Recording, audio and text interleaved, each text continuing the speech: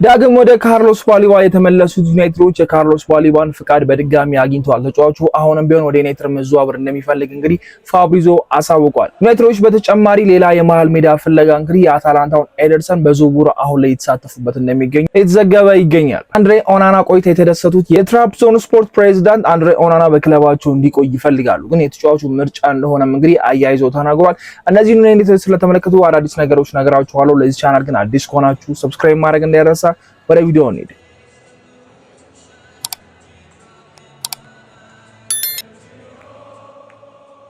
የባሊባና የዩናይትድ ጉዳይ የማይቀር ይመስላል እያልኩኝ ነበር ትላንትና። የባሊባ ፍላጎት አሁንም ቢሆን በዩናይትድ ላይ እንዳለ ነው እንግዲህ ፋብሪዞ ያሳወቀውና ተጫዋቹ ከዚህ ቀደምም ለዩናይትድ ፍቃዱን ሰርቶ ነበረ፣ ግን ከብራይተን ጋር ሰጣ ገባ ውስጥ መግባት አልፈለገም።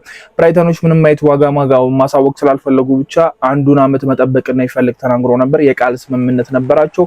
የቃል ስምምነቱ ዩናይትዶች ይጠብቃል ብሎ አስበው ነበር፣ ግን ጭራሽ ሞር ባሊባ ወደ ዩናይትድ መዘዋወርና ይፈልግና የክለቡ ውሳኔ እንደሆነ ነው እየተናገረ የሚገኘው። ብራይተኖች ከባለፈው ከ100 ምናምን ሚሊዮን ዋጋ አሁን ላይ ቀንሰው እንግዲህ እንደሚሸጡ ነው የሚጠበቀው። ባለፈው እንደነገርኳችሁ ዩናይትድ ወደ 50 ሚሊዮን የሚጠጋ ገንዘብ ለባሊባ ማውጣት ይፈልጋል። ከዛ በላይ አያወጡም የሚል ዜናዎች ይወጡ ነበር ብያችሁ ነበርና ዩናይትዶች ምን ያህል ለባሊባ ያወጣሉ? የባሊባ ጉዳይ አሁን ላይ ያለቀ ነገር ይመስላል። የግል ጥቅሞቹ ከዚህ ቀደም ኦልሞስት የተስማሙት ነገር ነው። አዲስ ወሬ የሚያወሩት ነገር የለም ከባሊባ ጋር ወይ ደግሞ ከወኪሉ ጋር የሚነጋገሩት ነገር የለም። አሁን ከብራይተን ጋር ብቻ ነው ያለው ፍጥጫ የሚሆነውና ዩናይትዶች ኤደርሰንን ኦልሞስት አተውታል። በሲቲ እንደተወሰደባቸው ነው የሚያስቡት። የቶናሊ ጉዳይ እንደማይችሉት አስበው ተውታልና ሁለቱን ለቶፕ አድርገው ሲጓዙ የነበሩት የመሃል ሜዳ ተጫዋቾች እንደማያዋጣቸውና እንደማያስፈርሟቸው ስላወቁ ወደ ካርሎስ ባሊባ ተመልሰው ካርሎስ ባሊባን ፈቃዱን ሰጥቷቸው እንግዲህ አሁን ላይ ወደ ዩናይትድ መቀላቀል ነው ይፈልግ ፍላጎቱ እስካሁን እንዳለ፣ ግን ደግሞ የብራይተን ውሳኔ ነው የሚጠበቀውና ተጫዋቹ ምናውቀው ተጫዋች ነው። አዲስ ስም አይደለም። ዩናይትድ ለመተካት በሮበን አሞሪም ስም ፍላጎት ነበራቸው። በጃንዋሪ ሞክረው ነበር፣ የጃንዋሪም አልተሳካም። አሁንም ስቲል ፍላጎት ያለው ተጫዋች ነውና ባሊባ አይ ነው የኤደርሰንን ያክል በዚህ አመት የገነነ ተጫዋች አይደለም። ኤደርሰን በጣም ስሙ ገኗል፣ ዋጋውም ያስታውቃል። ፕላስ ደግሞ እንግሊዛዊ መሆኑንም አትርሱ። ለእንግሊዛዊ ተጫዋቾች ትንሽዬ ነገር ሲሰሩ ምን ያህል ከፍ እንደሚሉ እናውቃለንና ባሊባ የሚዲያ ከቨር ብዙ አላገኝም። ልክ ዩናይትድ ሲፈልገው ባለፈው ክረምት ላይ በደንብ ስሙ ገኖ ነበር። ከዛ በኋላ ግን እንቅስቃሴዎቹ በሙላ የሆኑ የሚጎሉ ፓርቶችን በጣም እያወጡ ነበር ብለን መናገር ይችላል። ባሊባ ቋሚ እየጀመረ አይደለም፣ ባሊባ በዚህ ደቂቃ ተቀይሮ እየወጣ ነው የሚሉ ነገሮች ሞር የተናፈሰ መጣ። ዩናይትዶችን ፍላጎታቸውን አጡ። ከዛ አሁን ፍላጎታቸውን መልሰው ማሳየት ይችላልና ተጫዋቹ ምን ያህል አቅም እንዳለው አይተናል። ስለዚህ ይሄን ያለ አዲስ ነገር አይሆነበንም። አቋሙ ሙሉ ለሙሉ እንዳልወረደ እርግጠኛ ነኝ። የአፍሪካ ዋንጫን የተመለከተ ሰው ባሊባ ሙሉ ለሙሉ አቋሙ ወርዷል ማለት ይከብዳል።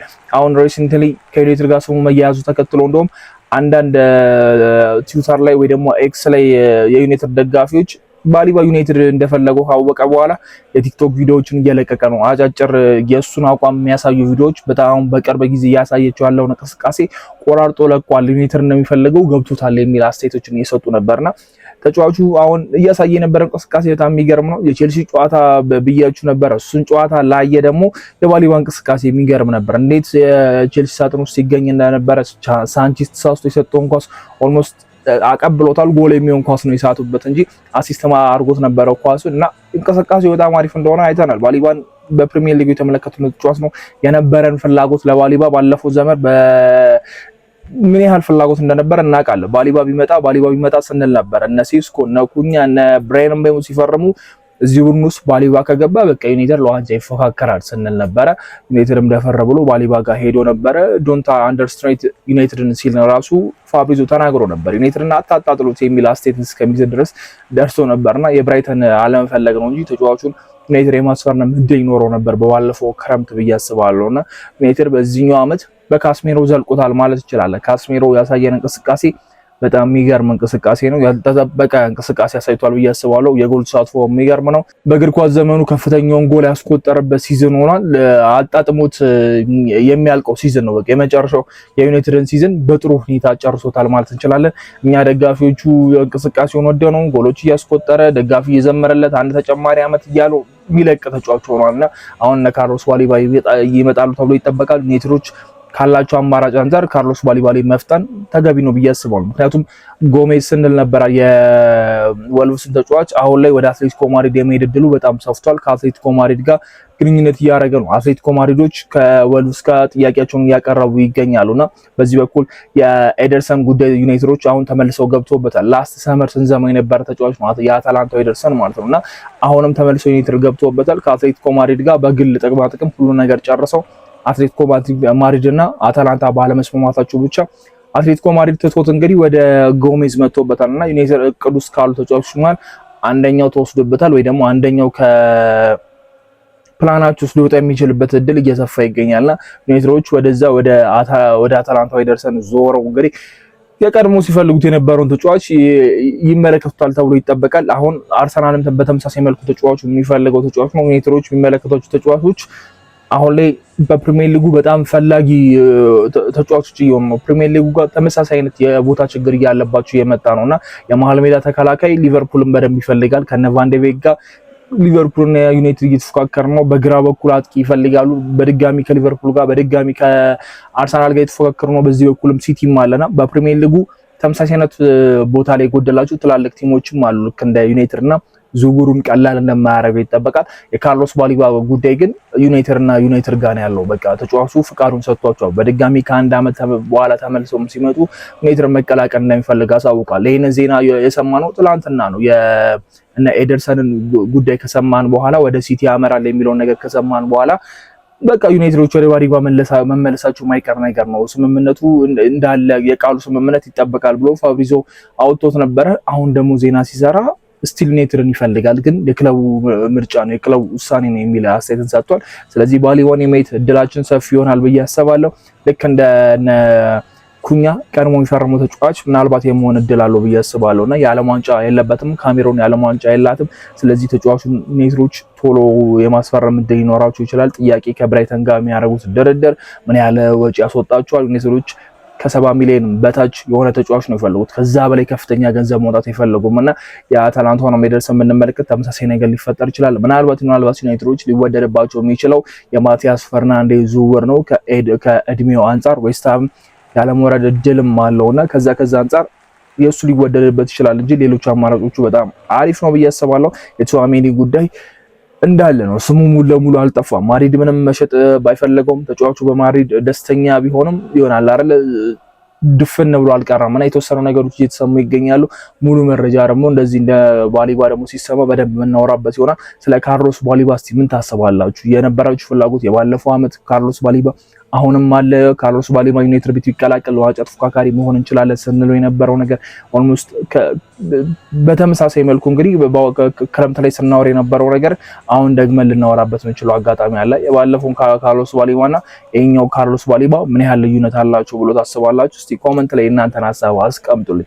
ብሩኖ ፈርናንዴዝ እንግዲህ ከሩኒ ጋር አንድ ቆይታ አድርገው ነበር። የፕሪሚየር ሊጉ ሻምፒዮን መሆን ፈልጋለሁ፣ የሻምፒዮንስ ሊግን ማሳካት ፈልጋለሁ፣ ግን ደግሞ ዩናይትድን በዚህ ወቅት ውስጥ እየሄድም አልፈለገም የሚል አስተያየትን ሰጥቷል። የሳውዲ ጉዳይንም አንስቷልና ህልምን የመኖር ጉዳይ ነው እንጂ ሀብታም የመሆን ጉዳይ ነገር አይደለም ብሏል። ምን ያህል ገንዘብ ኢንቨስት እንደሚያደርጉባቸው ያንን ነገር ያውቃል። ባለቤቱን በዛ ነገር እንደምትስማማ በሱ ሀሳብ እንደምትስማማ ነው የተናገረው። ይሄን ያህል የገንዘብ ችግር ነው የለበትና ግን ደግሞ ዩናይትድ መጫወት ምን ያህል ፍላጎት እንደነበረው እነ ክርስቲያኖ ሳይ እንዲያደገ እነ ሩኒን ሳይ እንዳደገ በዛው በቃለ መጠይቁ ተናግሯልና የአመቱ ምርጥ ተጫዋች የመሆን እድል እንዳለውም እንግዲህ ተናግሮታል። ሩኒ ነግሮታል። ደጋፊውም አንተ እንድትሆን ይፈልጋል የሚል አስተያየትን ሰጥቷል። በጣም ደስተኛ ነው መሆን የሚል ምላሽ ነው የሰጠው። የሌለኝ ነገር ስለሆነ ደስተኛ ነው መሆን ብሏል። ፕላስ ደግሞ የሪከርዱም ጉዳይ አለ፣ እሱንም መርሳት የለብንም። ተጨማምሮ ብሩኖ ፈርናንዴዝ አሪፍ ቆይታ ከሩኒ ጋር ማድረግ ችሏል። ስለ ክለቡ ያለው እንቅስቃሴ ለአንተ ምርጡ ጨዋታ የትኛው ነበር ሲለው ተናግሮት ነበር። ኤፍ ኤ ካፕ በቴናግ ዘመን ሲቲን ያሸነፍንበት ጨዋታ ለኮቢ ሜኑ አሲስት ያደረኩት ኳስ ለኔ ምርጡ ኳስ ነው የሚል አስተያየትን ጨምሮ ሰጥቷልና አሪፍ ቆይታ ነው ያደረገው። ስለ ዓለም ዋንጫ አውርተዋል። ስለ ክርስቲያኖ ዓለም ዋንጫው እንደሚገባው ተናግሯል። ያው ፖርቹጋላዊ ያገሩ ልጅም ስለሆነ ዓለም ዋንጫ ይገባዋል ብሎ ሐሳቡን ሼር አድርጓልና እስቲ ከቻላችሁ የእሱንም ፖድካስት ብትመለከቱት በጣም ጸዴ ነው። የኦናና ጉዳይ እናንሳ። ኦናና መድኔትር ተመልሶ ለቦታው መፋለም ይፈልጋል። አሁን ሪሰንትሊ ደግሞ ለትራፒዞን ስፖርት ትልቅ የሚባል ነገር አድርጓል። በአንድ ውድድር ላይ እንግዲህ በፔናልቲ ሹታውት 3 ፔናልቲዎችን መልሶ ወደ ቀጣዩ ዙር እንዲያልፉ አድርጓቸዋል።